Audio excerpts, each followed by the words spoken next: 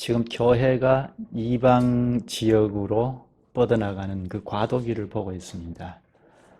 예루살렘 교회에서부터 시작을 했죠. 신약 교회는 예루살렘, 유다, 사마리아 이 지역으로 교회가 섰는데, 이 지역은 유대주의이죠.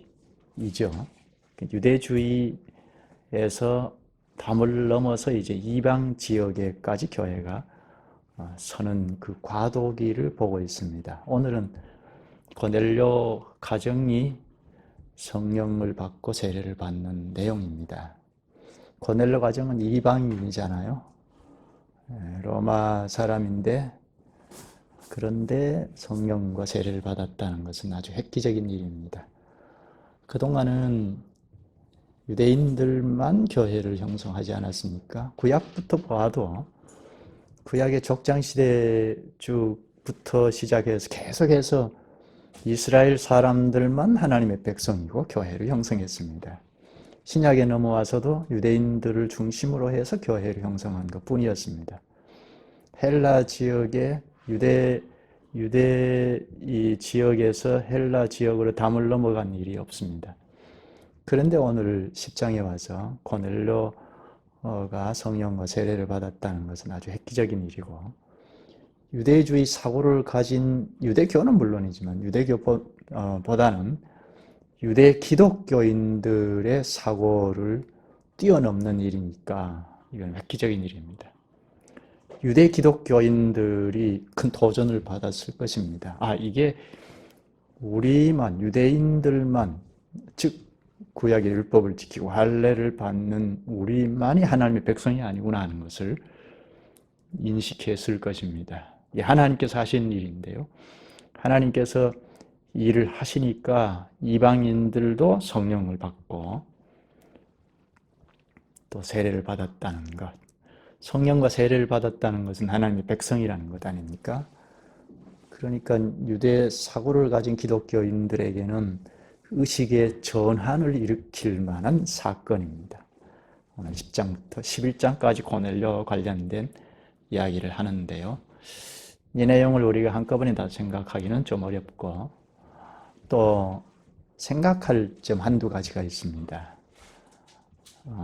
시작부터 보면 고넬료가 환상을 보았다는 것, 그리고 베드로가 환상을 보았다는 것, 환상이 무엇이냐 하는 것입니다. 그리고 뒤쪽에 가면 고넬료 가족이 다 성령을 받고 세례를 받았다는 것인데, 이 점도 우리가 익히 알고 있지만 좀 정리할 필요가 있죠. 이런 내용이 나올 때마다 한 번씩 정리를 하고 가는 것이 필요하겠습니다. 이 점은 다음 시간에 좀 생각을 하고, 오늘은 고넬료가 이방인인데 성령과 세례를 받았다는 점, 고넬료가 이방인인데 이 점을 좀 생각하면서, 그러면 이방인이 뭐냐 하는 거, 이 점을 좀 생각하겠습니다. 시작하면서부터 10장 시작하면서부터 바로 고넬료를 소개하고 바로 환상을 본 이야기를 합니다. 본문 좀 보죠. 1절에 보면 가이사랴에 고넬료라 하는 사람이 있으니 이달리아 부대라 하는 군대 백부장이라. 여기 이달리아는 이탈리아, 당시 로마이죠. 로마의 백부장이라고 합니다. 이방인이죠. 여기 가이사랴에 고넬료라는 사람이 있다고 합니다. 가이사랴는 여러분 지도를 좀 드렸는데요. 그걸 좀 참고해서 보시면 좋겠습니다. 예루살렘에서, 지난번에 우리가 본 예루살렘에서 욥바까지 베드로가 순회 전도를 해서 욥바에 머물지 않습니까? 루다, 그 다음에 욥바에 머물지 않습니까? 그리고 그 위쪽으로 가면 가이사랴, 지중해 해안 지역입니다. 그 가이사랴를 말합니다. 이 가이사랴는 8장에 보면 빌립이 전도 여행을 하면서 당도해서 전도했던 지역이기도 합니다. 빌립은 원래 저기 아래쪽 남쪽으로 가사까지 내려가서 이디오피아 내시를 전도한 적이 있지 않습니까? 그리고 해변을 따라 쭉 올라가서 가이사라까지 가서 전도를 한 내용이 있습니다. 이 가이사라에 당시 로마의 총독부가 있습니다. 로마의 행정관이 총독을 임명해서 이 가이사라에 주둔하게 했습니다. 본래 로마가 그 팔레스틴 지역을 지배하면서 가이사라를 식민 통치의 수도로 삼았습니다. 그리고 로마의 행정관에서 이 총독을 임명해서 파급했습니다. 여기에 로마 군대도 같이 주둔했습니다. 군대가 주둔하는 이유가 무엇이죠? 밀란이 일어날까봐, 그러니까 백성들이 소란을 일으키고 하면 질서가 어지럽혀지니까, 특히 유대인들은 로마에 대해서 좀 반감이 많이 있거든요. 그래서 이 가이사라 지역에 총독부가 있고 군대가 주둔해 있습니다. 그 군대가 한 4단 병력 정도 된다고 합니다. 이곳은 시민들이 반란이 일어나면 진압을 하고, 그래도 모자라면 군인들이 총동원해서 더 동원해서 아주 위기를 조성해서 진압을 하기 위함인데, 여기에 로마의 힘과 위력이 잘 나타나 있습니다. 군인들이 번쩍거리는 표식을 달고, 그리고 위엄과 권세를 자랑하면서 왔다 갔다 합니다. 병사들이 사열하여 척척 다닐 때는 아주 대단한 위협을 줍니다. 여기에 고넬료가 있습니다. 이탈리아 백부장이라고 하는 걸 보면 한 100여 명의 군사를 거느린, 요즘으로 말하면 중대장 정도 되는 지휘관이라 할 수 있습니다. 당시 로마는 세상의 국권과 세력을 대표하는 나라 아닙니까? 세상의 영광과 권세를 다 대표하고 있는 나라입니다. 그러니까 이 팔레스틴 지역에서는 가이사라가 바로 로마의 권세를 대표하는 총독부가 있고 군인들이 주둔해 있습니다. 그런 로마의 장교라면 로마의 권위를 위탁받은 사람이죠. 팔레스틴에서 로마의 권세와 영광을 대표하는 인물이 고넬료라 할 수 있습니다. 그런데 이방인이죠. 로마 사람이니까 이방인입니다. 세상 나라에서는 이렇게 위엄과 영광, 권위가 있지만, 그러나 하나님 나라에서는 제외된 상태이니까 이방인에 불과합니다. 대조가 되죠. 세상 나라에서는 모든 권력과 영광을 가진 나라를 대표하는 인물이지만, 하나님 나라에서는 한낱 이방인에 불과합니다. 이방인이 무엇이죠? 성경에 이방인이라는 말을 빈번하게 쓰지 않습니까? 무엇을 두고 이방인이라고 하는가? 2절에 먼저 보시죠. 그가 경건하여 온 집으로 더불어 하나님을 경외하며 백성을 많이 구제하고 하나님께 항상 기도하더니. 여기서부터 우리가 좀 혼란스러울 수 있습니다. 이방인인데 경건하다, 경외하다, 하나님 경외한다, 또 구제를 많이 한다, 하나님 기도한다 합니다. 이방인이 아니죠. 여기 경건하다 하는 것은 온 집으로 더불어 하나님을 경외한 데서 나온 거죠.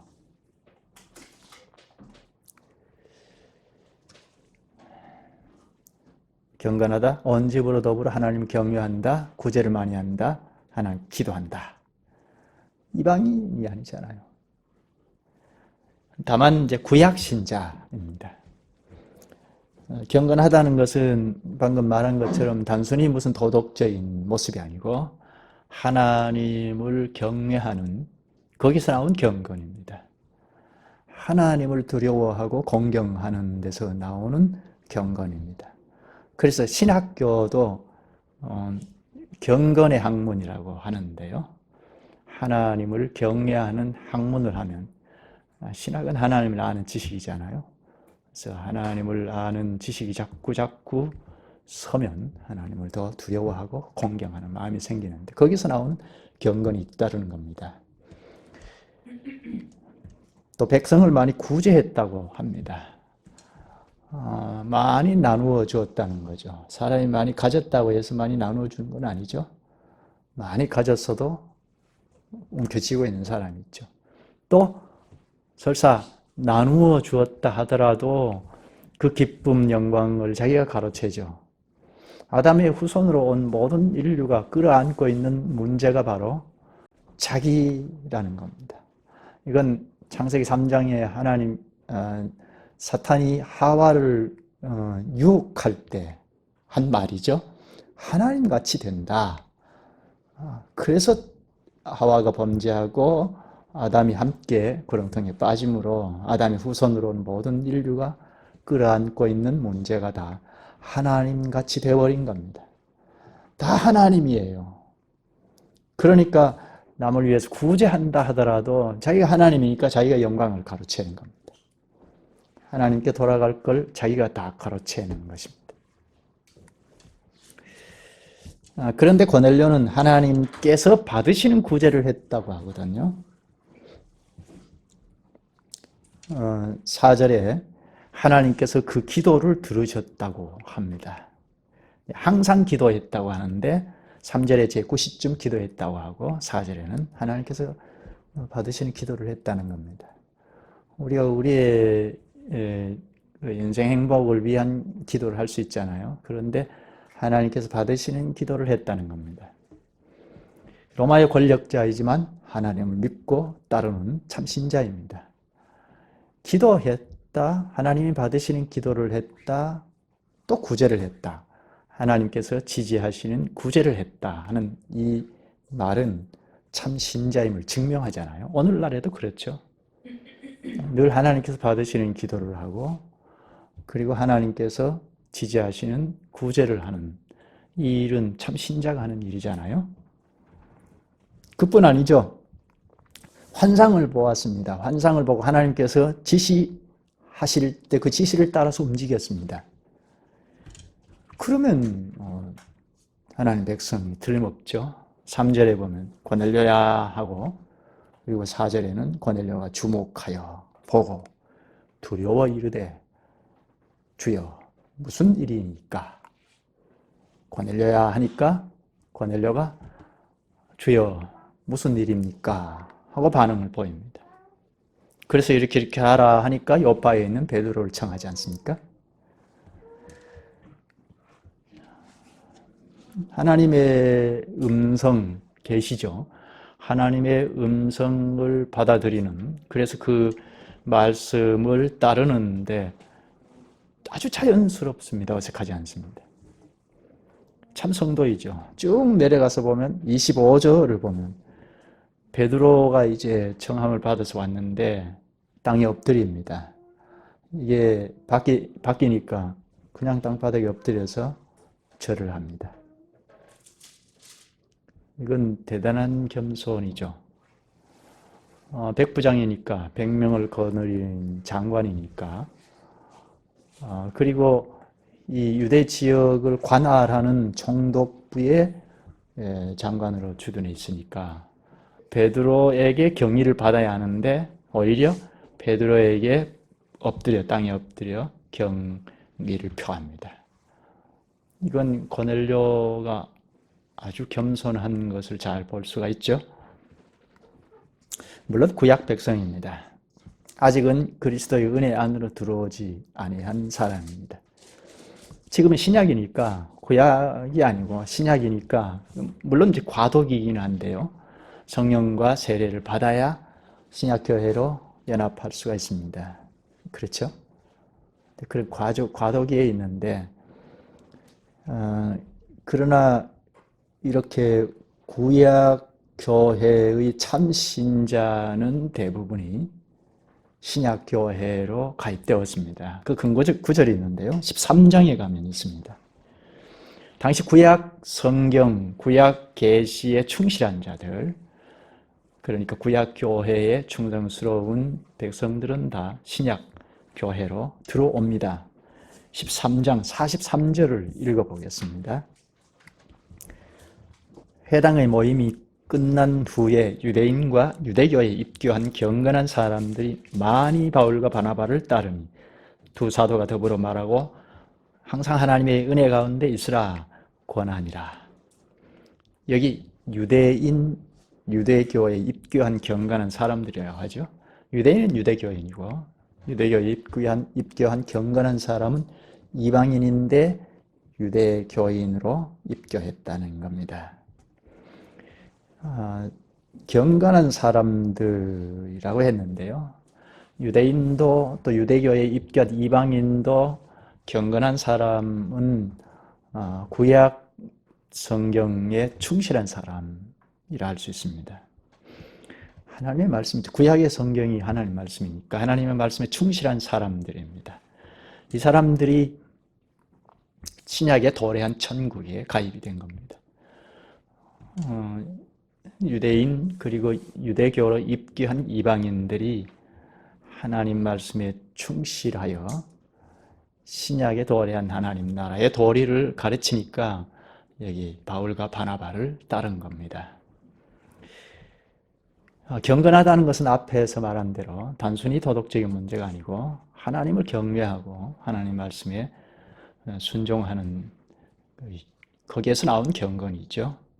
하나님을 경외하니까 하나님 말씀을 따릅니다. 하나님의 말씀을 순종합니다. 본문의 고넬료 역시 하나님의 말씀에 충실한 사람입니다. 그러니까 구약의 말씀이죠. 지금까지 하나님께서 계시하신 말씀에 충실했던 겁니다. 그렇죠? 구약 계시의 말씀에 충실하여 기도도 했고 구제도 하고 경외하고 경건하고 했던 겁니다. 말씀에 충실하지 아니하면 이런 모습을 나타낼 수가 없죠. 이렇게 현재까지 어느 시대이든지 당시로 보면 구약 신약 교회가 선 그때까지 하나님께서 주신 계시의 말씀에 충실한 사람들이 의식의 전환이 일어나고 신약 교회로 참여하게 됩니다. 어느 시대나 그렇습니다. 오늘 시대도 마찬가지인데 지금까지 주어진 계시의 말씀에 충실할 때 오늘까지 주신 말씀에 충실할 때 의식의 전환이 일어나서 하나님 나라에 발맞춰서 주저하지 않고 중단 없이 걸어갈 수가 있습니다. 유대교에서 기독교로 넘어온다는 것은 대단한 개혁이잖아요.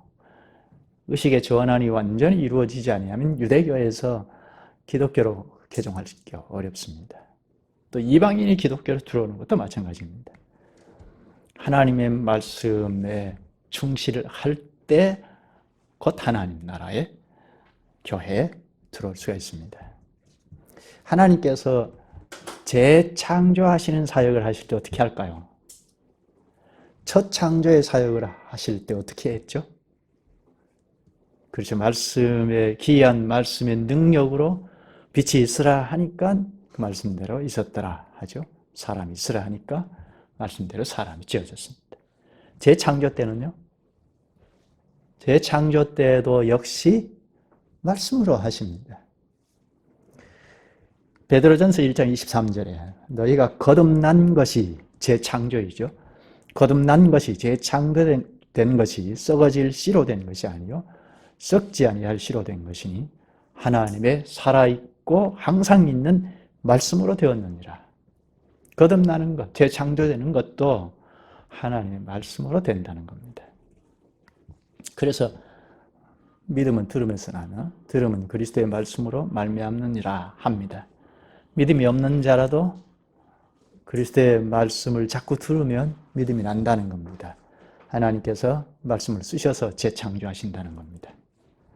그러니까 말씀이 참 중요하죠. 당시 구약 백성도 신약 교회가 이미 서서 쭉 전진해 나가고 있는 상황이었는데 구약 백성이라도 하나님께서 그때까지 주신 계시의 말씀에 충실할 때 의식의 전환을 일으켜서 신약교회로 참여할 수 있다는 것입니다. 고넬료는 유대교의 한계 상황을 뛰어넘은 사람이죠. 유대교는 아주 고착화되어 있었는데, 그러나 고넬료는 그 한계 상황을 뛰어넘었습니다. 왜 그렇죠? 다음 시간에 볼 텐데, 환상을 보지 않았습니까? 그 환상을 보고 하나님께서 계시하신 말씀이 무엇인지를 알고 아주 무리 없이 자연스럽게 순종해서 베드로도 초청하고, 또 베드로를 초청해서 하나님 말씀을 듣겠습니다. 자세를 취했습니다. 그러니까 유대교 교인들과는 전혀 다르죠. 이건 구약의 말씀에 충실했기 때문입니다. 이제 그런 사람을 주께서 신약교회로 참여케 하십니다. 어느 시대나 그렇습니다. 오늘날에도 마찬가지입니다. 우리가 의식의 전환을 가지려면, 좀 변화되는 사람이 되려면 결국 말씀에 충실해야 합니다. 본문에 쭉 가서 33절을 보십시다. 내가 곧 당신에게 사람을 보내었는데 오셨으니 잘하였나이다. 고넬료가 한 말입니다. 베드로를 맞이하면서 이제 우리는 주께서 당신에게 명하신 모든 것을 듣고자 하여 다 하나님 앞에 있나이다. 고넬료가 베드로를 청해놓고 베드로가 오니까 오셨으니 잘하였나이다. 이제 우리가 당신이 어떤 말을 하든지 하나님 앞에서 듣겠다 합니다. 하나님 말씀을 듣겠다는 거죠. 이게 하나님 앞에서 취하는 태도입니다. 말씀을 어떻게 하시든지 다 듣겠다 합니다. 그러니까 하나님의 말씀에 충실할 때 변화가 됩니다. 말씀에 관심이 없으면 하나님께서 그냥 두십니다. 이건 하나님께서 하나님을 닮은 사람을 지으셨다 할 때 정해놓은 원칙이라 할 수 있습니다. 그러니까 하나님과 대등하게 의사소통하고 인격 교제를 하고 하는 존재로 지으셨기 때문에 이건 하나님께서 사람을 그만큼 높여놓았다는 거죠. 그래서 관심이 없으면 그냥 두십니다. 기계적으로 어떻게 하시는 것이 아니고, 그런데 하나님 말씀을 자꾸 듣게 해서 마음을 돌이키게 하고 말씀에 충실하도록 이끌어 나가시죠.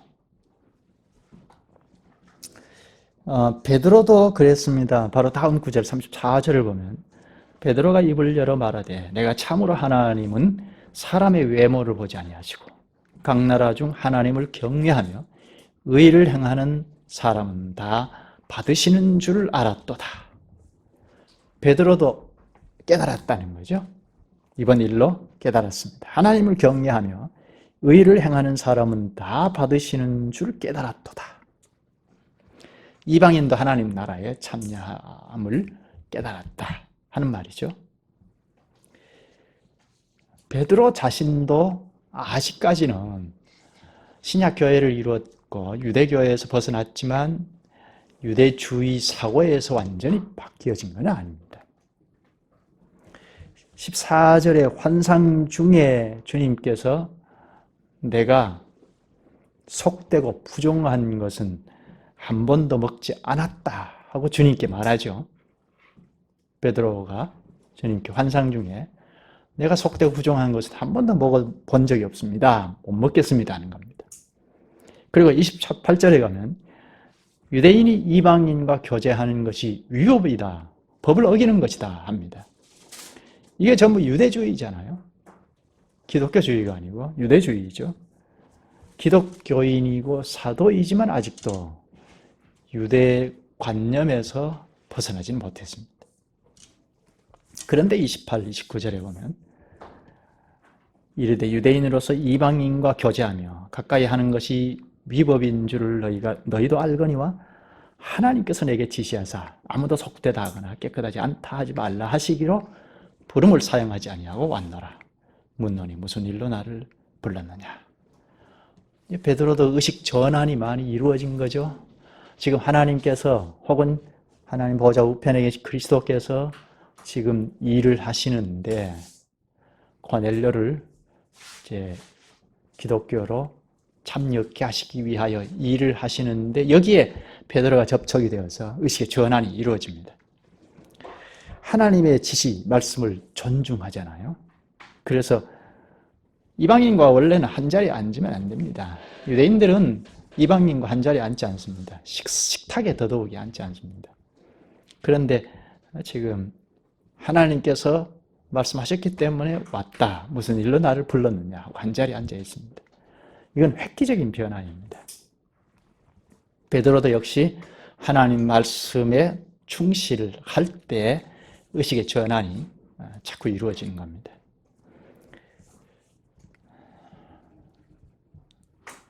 여기 본문에 고넬료가 이방인인데 실제로 우리가 볼 때는 이방인이 아니죠.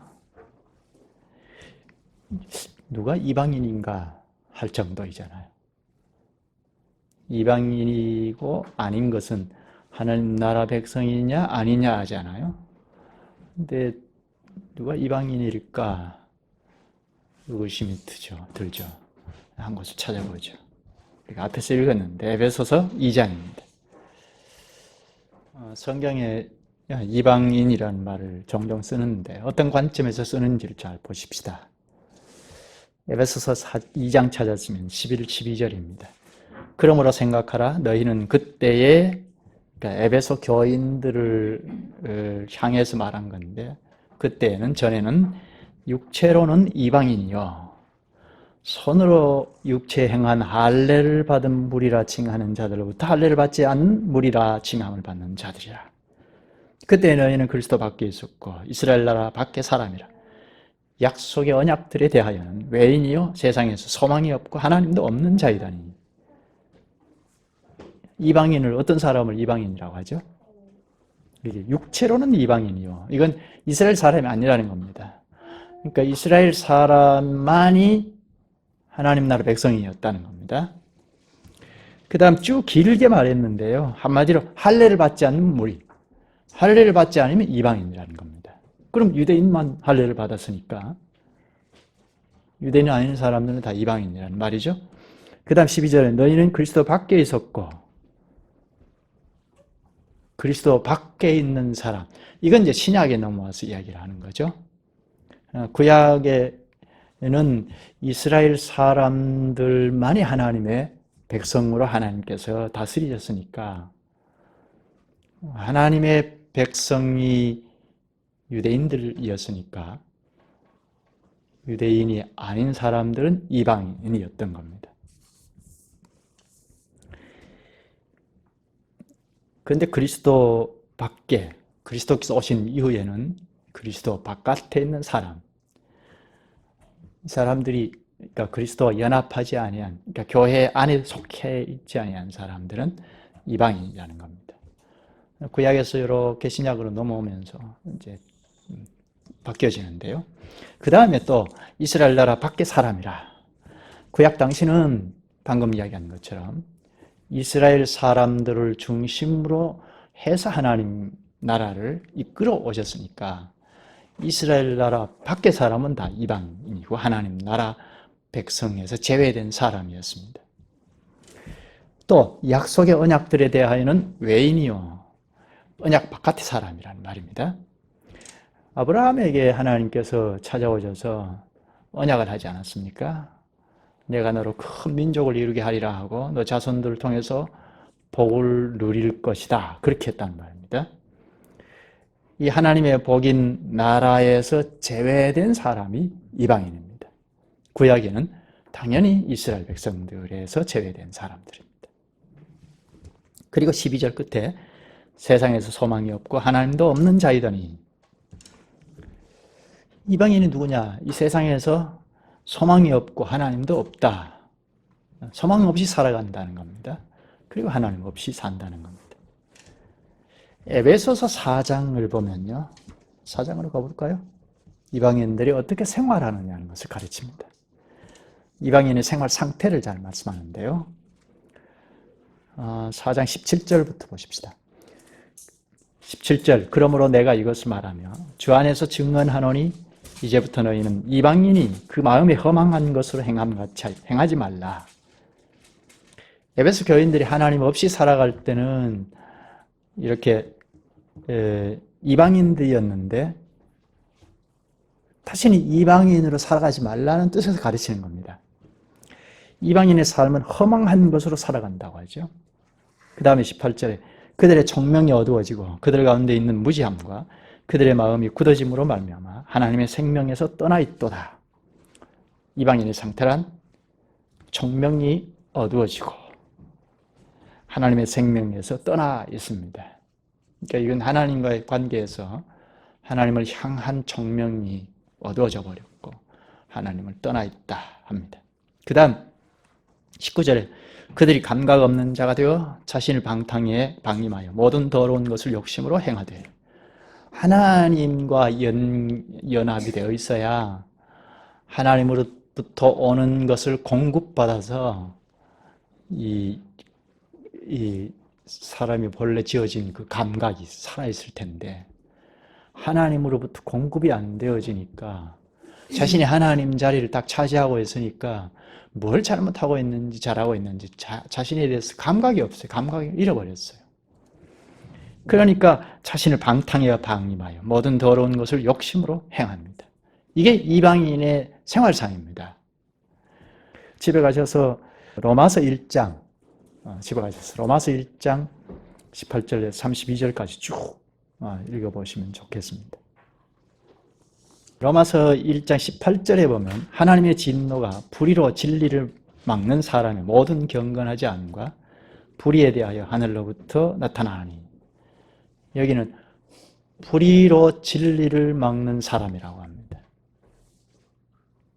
진리의 말씀을 가로막는 이게 이방인이죠. 이건 기독교 안에 있을지라도 진리의 말씀을 가로막는 자라면 불신자이죠. 이방인이죠. 유대교도 마찬가지고 구약신자이나 진리를 가로막으면 이방인에서 못 벗어나죠.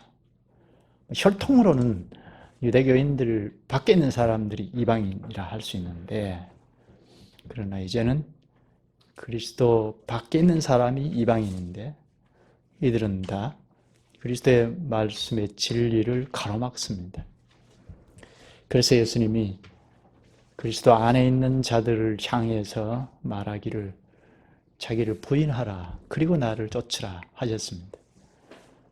자기를 하나님처럼 되어버렸다는 자기가 하나님 자리에 차지하고 있잖아요. 그걸 다 내려놓고 주님을 따라라 하는 것입니다. 자기 상황이라는 것 있고 자기 인식, 보고 듣고 학습한 것, 또 문화, 이런 것을 다 내려놓고 주님을 따라야 주께서 하신 말씀에 충실할 수가 있습니다. 오늘 말씀을 맺죠.